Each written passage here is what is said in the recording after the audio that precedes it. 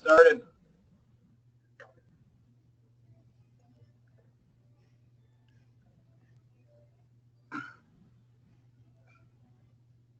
Can you guys see my screen?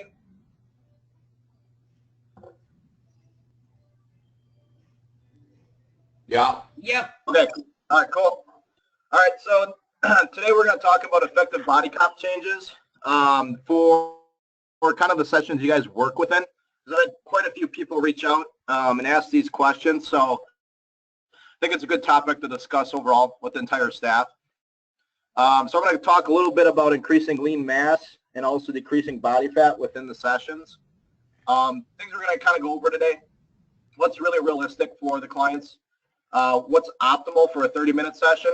So there's a lot of ways to do this, but we got to kind of talk about what's going to happen for your clients within 30 minutes, and then the kind of do's and don'ts for the 30-minute sessions, and then some simple steps to start taking if you got clients that are starting to plateau, some things to start looking at and figuring out, troubleshooting why they're coming with these plateaus. So things today, that it's not going to be something extremely crazy that I'm going to go over. Some really good basics and guidelines to have you guys go through.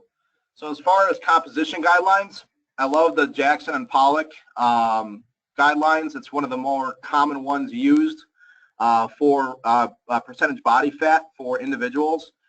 You'll see on there you got the men and women available on each side there, and percentages are, this is for ideal, okay? So this is what they should be kind of aiming for like end result for ideal body fat. This does not mean this is the exact healthy range zone. This is ideal, so it's a little bit different. So we want to aim for these numbers, but if they're close to them, that's great, okay? Big thing we want to talk about, though, is the warning levels. One thing I want to touch base on is the low end. Low end for men is going to be about 5% and 8% for females. If people are getting below that, they're really going to start suffering from some hormonal changes, deficits in energy, performance will go way down, things like that. So those are risky areas to be in. You're not going to want to stay there for long, okay? On the high end, that's going to be 30% or plus for both. That's typically where you're looking at higher risk for heart disease, things like that. Because as you guys know, the visceral fat is a 1-to-1 ratio to the subcutaneous fat that we see. So a lot of times that visceral fat's going around the organs, and that's the thing that really affects their health a lot. Okay, it's the fat they don't see. So those are the kind of guidelines there that you and your trainers can kind of use as far as ideal guidelines. So let's talk about what's realistic for fat loss. You know, we can't expect them to go from 0 to 100, and in fact, they sometimes think they can go from 0 to 100. So we got to keep that in check, okay? So sometimes you got to give your clients a little reality check on what's really going to happen. Results, you know, may start slow because a lot of times you guys are educating them in the beginning. So they need to know in the beginning, like, hey, you're not going to hit the ground running. You got a lot to learn. So make sure you or the trainers are kind of talking about that with the clients, knowing that in the beginning it's going to be a little bit slow, but then it'll pick up once they get their education on the ground and nutrition starting to get handled. So make sure, obviously, setting measurable, attainable goals for them, nothing that's going to be shooting too far. Make sure it's something they can achieve, especially in the beginning, so they can feel like they're actually achieving something. You got to remember, too, clients aren't like you. Sometimes trainers forget how far they've come with their education, but also how they operate. Most clients are, you know, typically they lack self-discipline. They're not coming in, and that's why they hired you, right? So they don't have that accountability, and they typically will not do what they don't like. So if they don't like it, they're not going to do it. They're not wired like us, where it's like, man, I don't feel like working out today, but I got to get it in, you know? So people like you will get the workout in, they won't. So you got to find things they're willing and wanting to do, especially in the beginning when they're weak-minded. As they develop more, they're going to get stronger mentally as well. So also, most of them don't know what hard exercises is, right? So if there's somebody that's from ground zero, they're going to have a hard time realizing what they got to do to see some results. So the accountability in the beginning is going to be really high. So body fat percent goals to kind of aim for is going to be about 1 to 2% every 6 weeks. Okay, this is body fat percent. That's actually measurable data that's going to be accurate because we really don't care what they weigh, and I'm going to go into that in a little bit. So we're going to look at a loss of 1 to 2% every 4 to 6 weeks. People will vary. If you guys are seeing substantial drops, like I'm talking about like 3 to 5% in 6 weeks, they will get in trouble the longer they do that. So in the beginning, that might be okay because they might be extremely heavy. But if they're not extremely heavy and they're losing 3 to 5%, that's a high indicator that their intake is way too low, and they're really going to suffer some metabolic issues down the road. So you got to kind of watch for that. So stay in that 1 to 2% fat loss zone for a safe, effective ride down. As far as nutritional goals go, they don't really know nutrition, okay? Once again, I think trainers forget how much they do know, because a lot of people don't even know the difference between proteins, fats, and carbs, okay? So really take some time to talk to them about nutrition, because when it comes to fat loss, it's going to be really hard to outwork that bad diet. So make sure you help them with the basics, get some good understanding of what good nutrition is. So let's talk about lean mass a little bit, because there's a lot of people that want to increase lean mass as well, and also females should be increasing their lean mass. When you talk about adding lean mass, remember to clarify with them that you're not going to look like a bodybuilder, okay? You're going to actually add lean mass to just be a more functional human and also burn more calories at rest, because it takes a lot of fuel just to maintain that muscle tissue. So make sure you have that discussion. But here's what's realistic for people. So this is without PED use. So PED is performance enhancing drugs. So obviously our clients are most likely not going to be on them, and we don't want them on them. And then also in an optimal environment. So what we're looking at here is males can look at getting about 40, 60 pounds in their lifespan, and that would average out to about 1 to 2 pounds a month. Female is going to be 20 to 15 pounds in their lifespan, and you can average out about 0.5 to 1 pound every month for females naturally, okay? So this is lean mass gain, not weight gain, okay? So that's a big difference. So this is purely their lean mass increasing in weight. Also, optimal, what I mean by that is sound training program and also sound nutrition, okay? So that's what we see in the research with optimal environment. They're actually doing effective things. The thing with this, though, is your rate will decrease as people become more trained, okay? So your numbers won't be as big as they were in the first couple of years, okay? They're going to drastically start cutting down as individuals get more trained, unless you're obviously on PEDs, okay? That's the only way you can keep that rate super high. If you're not low in body fat percent, research has shown that it is definitely possible to increase lean mass while you decrease your body fat, okay? So the reason for this is if someone has enough body fat, which is basically just stored energy, they're going to be able to add lean tissue with proper nutrition as well, because they're, lowering that body fat percent while they're increasing their lean mass. And you guys will see this in scans and everything where their lean mass is increasing and the body fat's going down. Once you get to a fairly lean status or a pretty healthy status, it does get much harder to add lean mass and lose body fat at the same time. In fact, at some point, it does get almost impossible. You have to have a caloric surplus to do it once you're, lean enough. So things to kind of watch out for there. So if you're lean, you're going to want to kind of set some goals for lean mass. When you're looking at adding lean mass, there's a few routes you can go. Like I said, you do need to be in a caloric surplus to do it once you're lean for sure. And then lean mass would be like slowly increasing body fat as you add lean mass. So it's like a moderate increase in caloric intake. Medium mass gain is going to be a little bit higher than that. So your risk of adding body fat goes a little bit higher, but your rate of lean mass adding is also going to be higher. And then you can go to a fast mass gain. Fast mass gain is a big surplus in caloric, but you have a really high risk of adding a lot of body fat doing it, okay? But it also keeps your body safe to add more body or more lean mass at the same time. So it depends what your risk level you want to take when it comes to adding body fat, when it comes to lean mass. So some things clients always kind of talk about is their cardio, right? So let's kind of get a quick overview of different techniques of cardio, what's going to be effective for them and their goals. So moderate to low intensity exercises, anything that's 30 or more seconds in activity, okay? High intensity is less than 30 seconds. A lot of your clients have no idea what high intensity is. A lot of times when they tell you they do intervals, they've heard that intervals are good, right? They're better than steady state. So they heard that, but a lot of times when you ask them what they're doing, they're literally going like 2 minutes on their, quote, hard part and then 5 minutes on their recovery. So it's not even close to what they should be doing. So double check on their intensities. Make sure that you're giving them appropriate intensities to actually be effective. And I'm going to kind of talk about that in a little bit here. So when you're looking at moderate intensity, you're getting a greater percentage burn from fat than from glycogen, which is basically your stored carbohydrates in your muscle and liver. You're doing high intensity exercise, you're going to be looking at more glycogen as a primary energy source. The difference between the two is with the moderate and low, it is actually easier to lose your lean tissue doing it.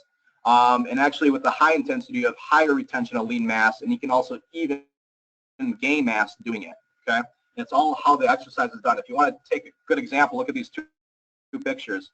You got to train for your environment that you want to create within your body. So a lot of endurance runners actually have more body fat percent than the sprinters, and it's all because of how they operate. Their bodies need that stored energy because they're going long periods of time without intake for most of the parts. So their bodies are adapting to that, and they're adapting to lower the lean tissue because it's extra weight. They don't need to carry it. Whereas a sprinter, they need that lean mass to power through and go fast, and their body fat's going down because of that activity that they do.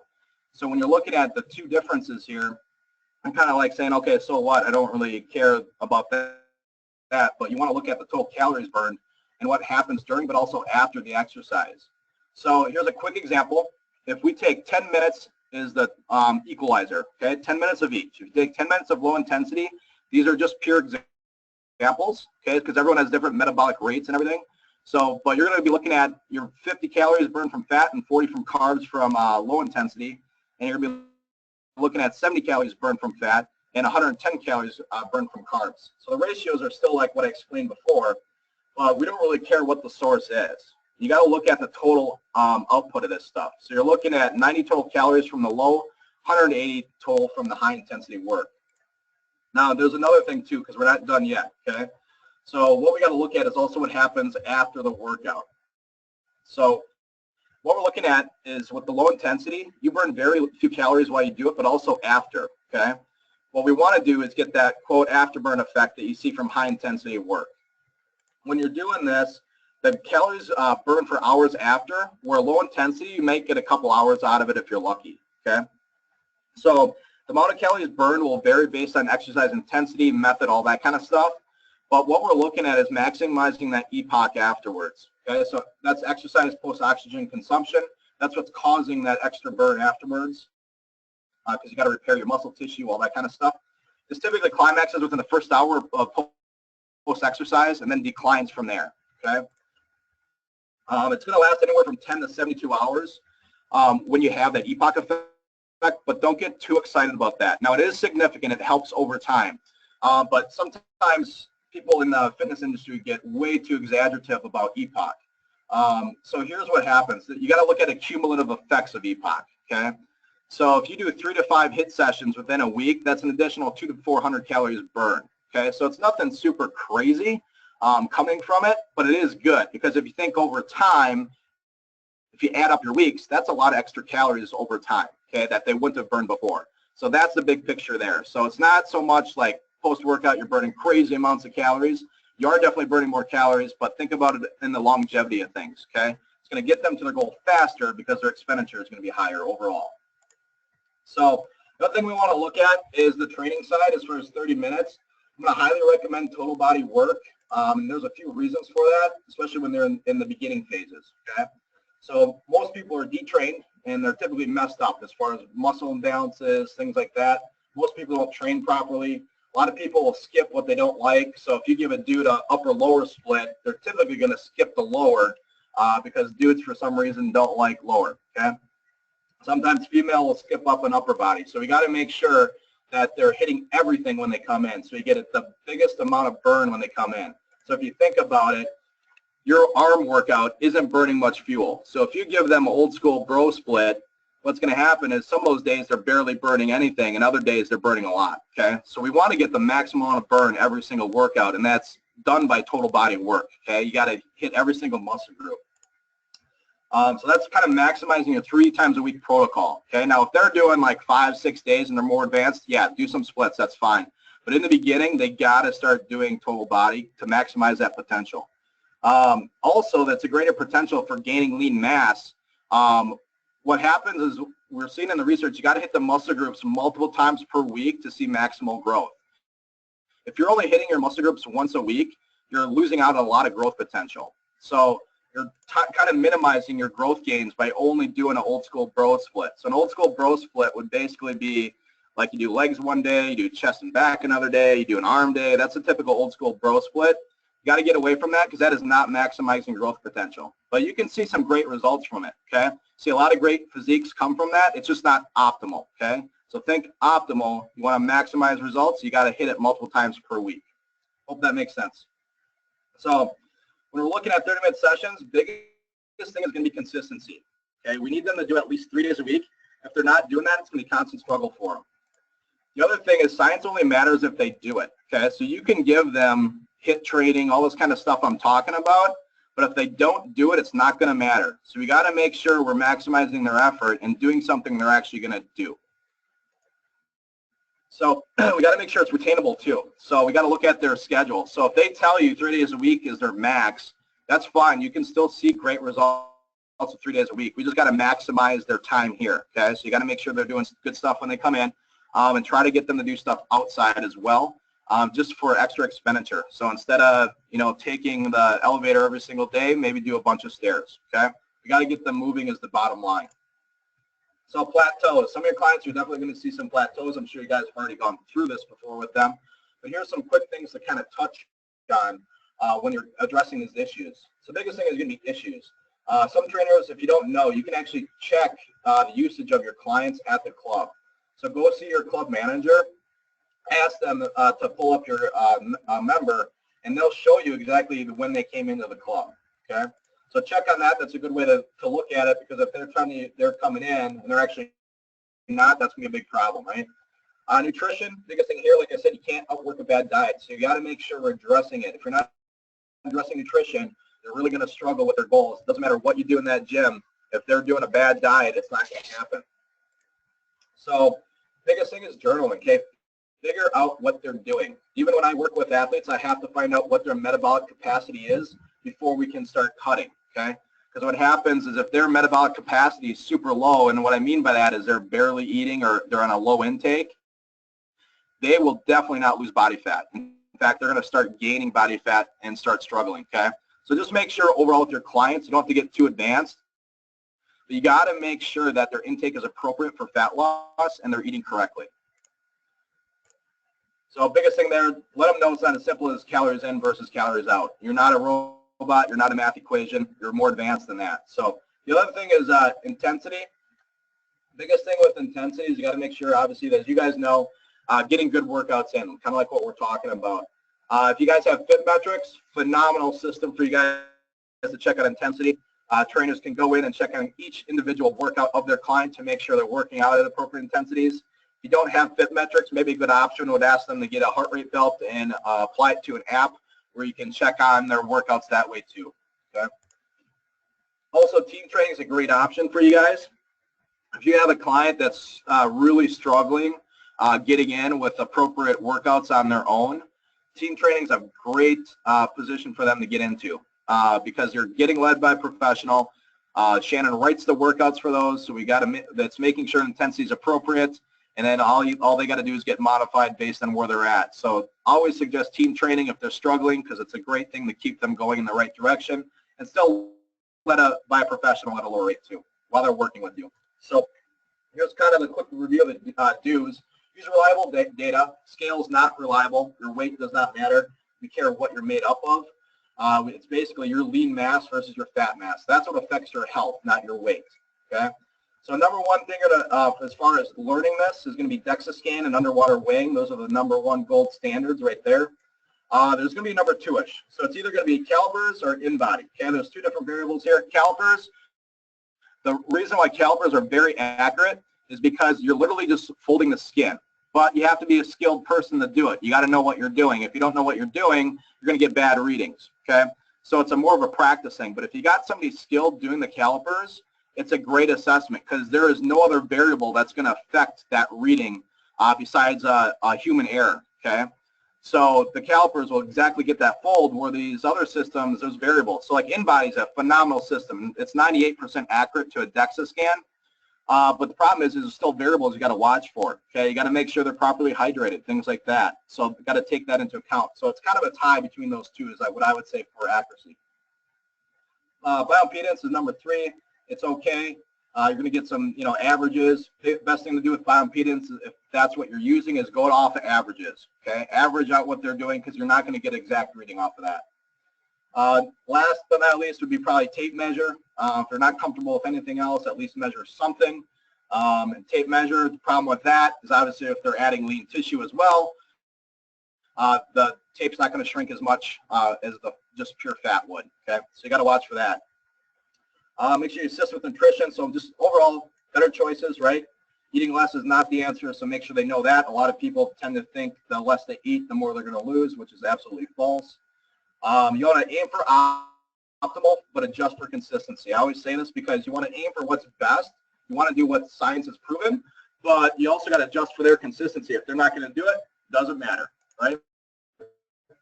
So make sure you use time wisely. So what I mean by that, when you guys are going through circuits, instead of standing there breathing, have them do a mobility drill or have them do some glute activation, things where they can actually recover their conditioning but still do something. That way you guys are getting a lot into your workouts. The do nots, using weight and BMI as their progress data, absolutely false data. It's only going to be discouraging for them because a lot of times you could be losing body fat and increasing lean mass and their weight stays the same.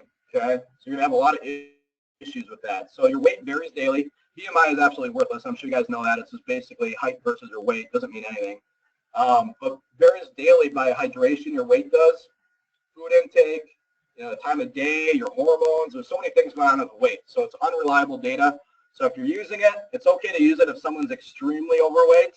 They're obviously going to lower their weight, but it's still not going to be as accurate as everything else out there. So steady state work within 30-minute sessions, we don't want you doing that, okay?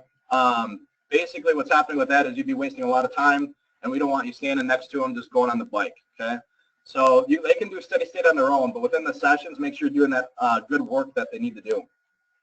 Setting unrealistic goals for exercise and nutrition, make sure it's something they can actually achieve. Don't get too crazy with nutrition. I've seen trainers get in trouble by going too extreme on nutrition and just being super restrictive. You can't do that. They're human. You got to make sure that they're making good choices overall, but still live a life, because otherwise they're going to quit on you. Okay, so make sure things are realistic for them. Don't require long hours at the gym. They're going to quit on that too. Okay, and or be like Jillian. Okay, I always pick on Jillian because she's the worst trainer I've ever seen in my life. So don't be like her. Okay. So quiz. Let's take a look at what you guys picked up. So what's the danger zone for low body fat for males or females? 5%, 8%. Perfect. Which one's which? Males 5, females 8. Great. How much body fat should you aim to lose every 4 to 6 weeks? 1 to 2. Someone other than Mark. 1 to 2. 1 to 2. Okay, great. Appreciate it, Mark. I love it. What's the most important factor for clients to see results?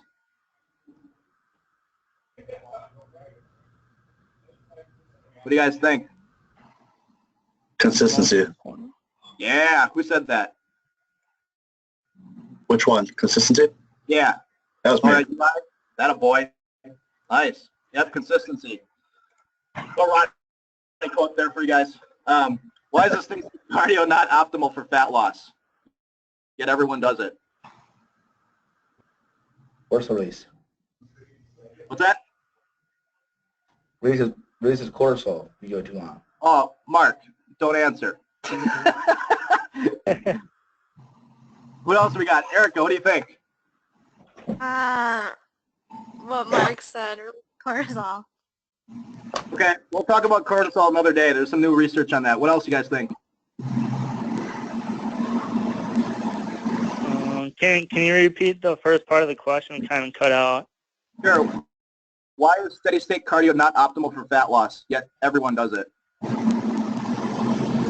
Because it doesn't like do the afterburn effect. It doesn't increase like the metabolism for longer and everything. Yeah. Yep. So you burn very little while you do it and very little after. So that's kind of the key there. Okay, great guys. So hopefully I helped you learn something today. Thanks for the participation too.